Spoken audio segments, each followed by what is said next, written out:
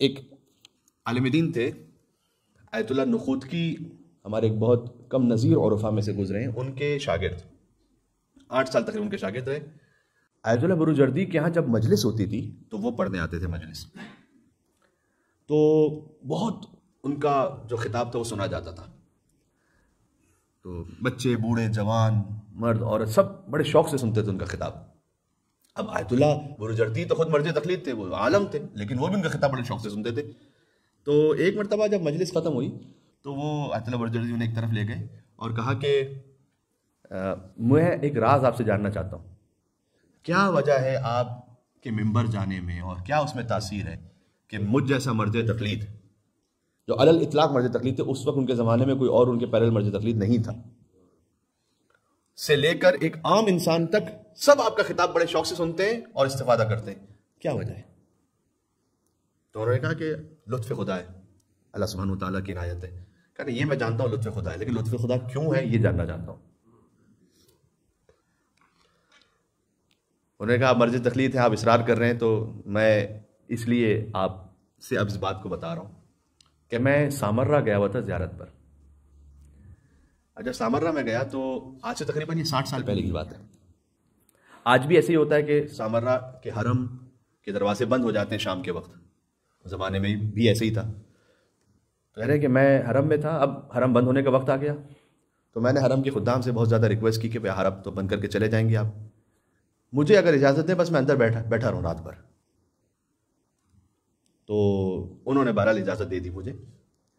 اب سب باہر جا چکے تھے، میں فقط حرم میں تنہا، اور میں مہمان امام علی نقی علیہ السلام اور امام حسن عسکری علیہ السلام، ان کی بالکل زری کے سامنے۔ اللہم صلی علی محمد و علی محمد۔ آج امام علی نقی علیہ السلام کا دن بھی ہے، لہٰذا اس مناسبت سے میں نے مناسب سمجھا کہ اس بات کو پیش کر دیا جائے۔ جو اصل عرب ہوتے ہیں نا، اصلی عرب جو ہوتے ہیں، ان کی 2 خصلتیں ہوتی ہیں۔ ایک یہ کہ اگر آپ ان کے یہاں پر جائیں اور وہ دسترخوان انہوں نے کھانا لگا دیا اور آپ ان سے کہیں کہ جب تک میری یہ فلاں بات نہیں مانو کہ میں کھانا نہیں کھاؤں گا، تو کچھ بھی کر کے اس بات کو مانے گا، اس لیے کہ اس توہین سمجھے گے کہ اگر دسترخوان بچھا دیا جائے اور کھانا نہ کھایا۔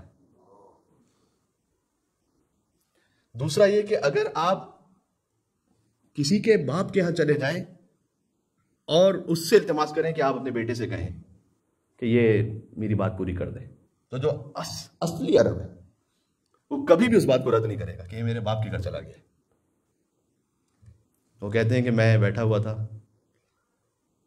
سامرہ میں زری کے سامنے، میں نے کہا یا امام زمان، میں آپ کے بابا کے حرم میں آپ کے بابا کے دسترخوان پہ بیٹھا ہوا اور آپ کے دادا کے دسترخوان پہ بیٹھا ہوا، امام حسن عسکری علیہ السلام، امام علی نقی علیہ السلام۔ ایک اور مل کے صلوات پیجیے گا، اللہم صلی علی محمد و علی محمد۔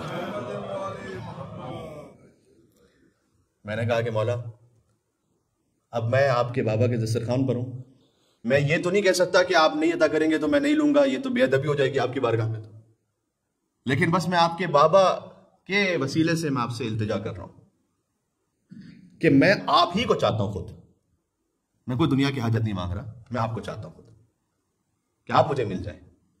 کہتے ہیں رات بھر میں نے اس طرح سے گزاری، جب فجر کا وقت ہوا تو باب قبلہ سے ایک نور طلوع ہوا اور میں بہت زیادہ تھا اس نور کو دیکھ کر، اور مجھے یہ یقین ہو گیا گویا کہ یہ خود حضرت حجت ہے جو تشریف لائے، کیونکہ میں نے ان کے بابا کا وسیلہ انہی کے حرم میں انہی کے ذریعے کے سامنے بیٹھ کر رات بھر عبادت کے بعد دیا تھا۔ تو امام آئے تو امام علیہ السلام نے کہا کہ مانگو، کیا مانگنا چاہتے ہو ہم سے؟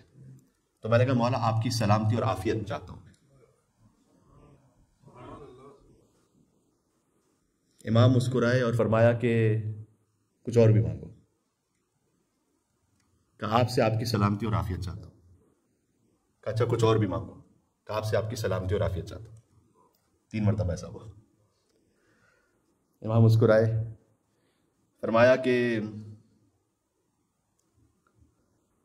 اچھی طرح گدائی کی ہے لیکن ابھی گدائی اور بھی باقی ہے، اور پھر فرمایا ہم تمہیں وہ علم اور تبلیغ کا ذریعہ عطا کریں گے کہ چاہے کوئی بڑے سے بڑا عالم ہو تمہارے سامنے یا کوئی چھوٹے چھوٹے سے عام انسان ہو، سب کے سب تمہارے علم سے اور تمہاری تبلیغ سے استفادہ کریں گے۔ جاؤ۔ میں عطا کیا، وہاں سے عطا ہو گیا۔ ایک مل کے صلوات بھیجیے گا محمد و علی محمد پر، اللہم صلی علی محمد و علی محمد۔